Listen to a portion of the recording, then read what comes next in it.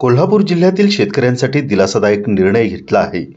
जिल्हाधिकारी अमोल येडगे यांनी आगामी 2025-26 खरेदी हंगामासाठी जिल्ह्यात आधारभूत खरेदी केंद्राची संख्या वाढवण्याचे निर्देश दिले आहेत. शेतकऱ्यांना हमीभावावर धान, नाचणी आणि सोयाबीन विक्रीसाठी स्थानिक पातळीवरती सुलभ सुविधा उपलब्ध होणार आहेत.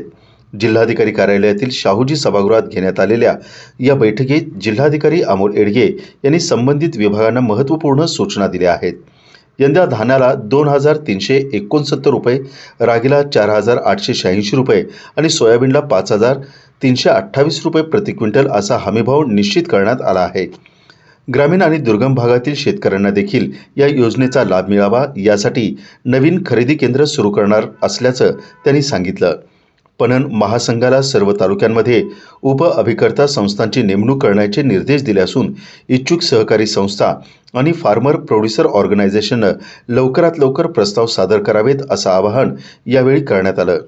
जिल्हाधिकारी अमोल येडगे यांनी महसूल विभागाच्या माध्यमातून गाव पातळीवरती हमीभाव केंद्राबाबत जनजागृती करण्याचे देखील निर्देश दिले आहेत.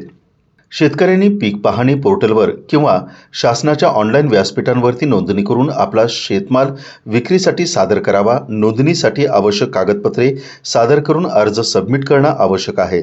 अधिक माहितीसाठी कृषी सहाय्यक, तलाठी, तहसील कार्यालय किंवा जिल्हा पणन अधिकारी कार्यालय कोल्हापूर इथं संपर्क साधावा असं आवाहन त्यांनी केलं आहे.